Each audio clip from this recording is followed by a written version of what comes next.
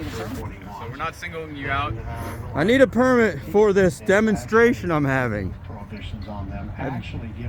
I have one propane tank in my car, and apparently that's too many.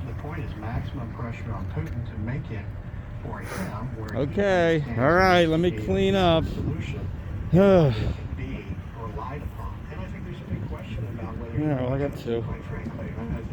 Once I clean up and everything's in my car, I can leave my car parked here. Yeah, as long as you park legally parked, not an issue. Okay. Very good. All right, I got two signs. 3, 4. He's a skeptic of the institution of governments. He's a disruptor. He often sees that change comes through disruption, through tension, and quite frankly, at times controversy. But that leads, in his mind, through to a better solution than if we all pretend everything is well and nobody talks about it. So what he does know better this time around, and what his appointees will know better this time around, is how to leverage government to carry out their policies and plans, something that had mixed success last time.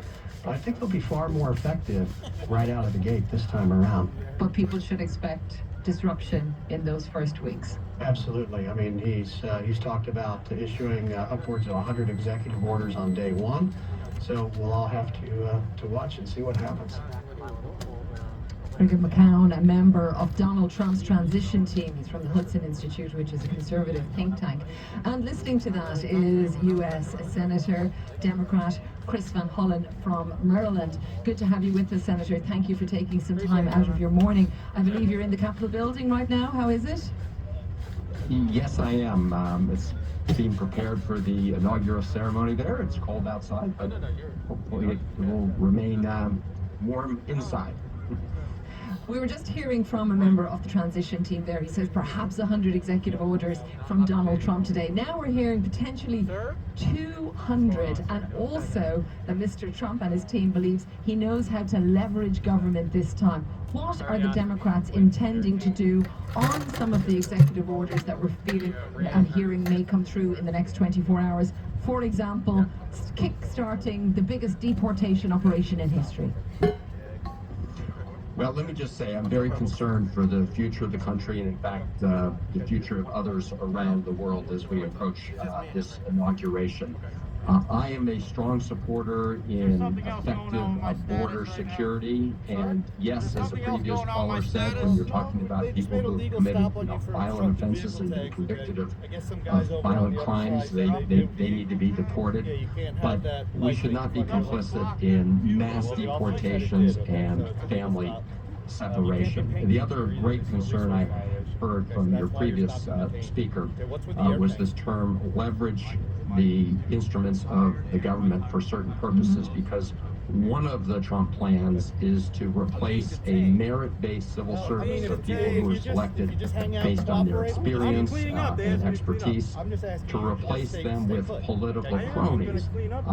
That would be a great disservice to the American people. I think what the Trump administration would say is that they feel there is such inefficiencies in the federal government. They've talked about having to root out employees that they feel are not doing a good job. I do just want to let our listeners know I am seeing a briefing that was with reporters is in relation to immigration, that incoming Trump White House officials have said that Mr. Trump will ask the Attorney General to seek the death penalty for undocumented migrants who kill police officers or commit capital crimes while in the United States. That would be a change from the Biden administration and their policies.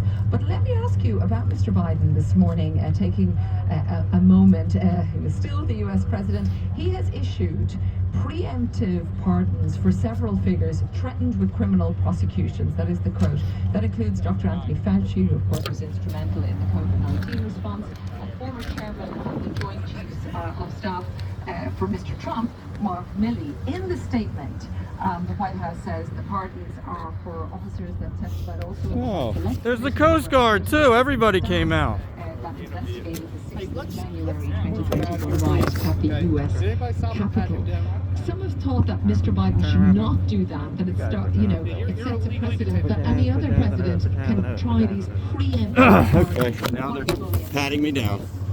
What do I have? I got a wallet. How many? But we've come to this point because Donald Trump has been very open about the fact that he would weaponize the Department of Justice. I mean, you spoke earlier about January 6th, 4 years ago, where the president and his allies, his allies stormed the Capitol and to prevent the peaceful transfer of power. We've seen consistently, President Trump say he will use the Justice Department to go after his political enemies. So this was a preemptive move by President Biden. Again, I don't like the fact that we've gotten here, but that's the reality that we face at this particular moment.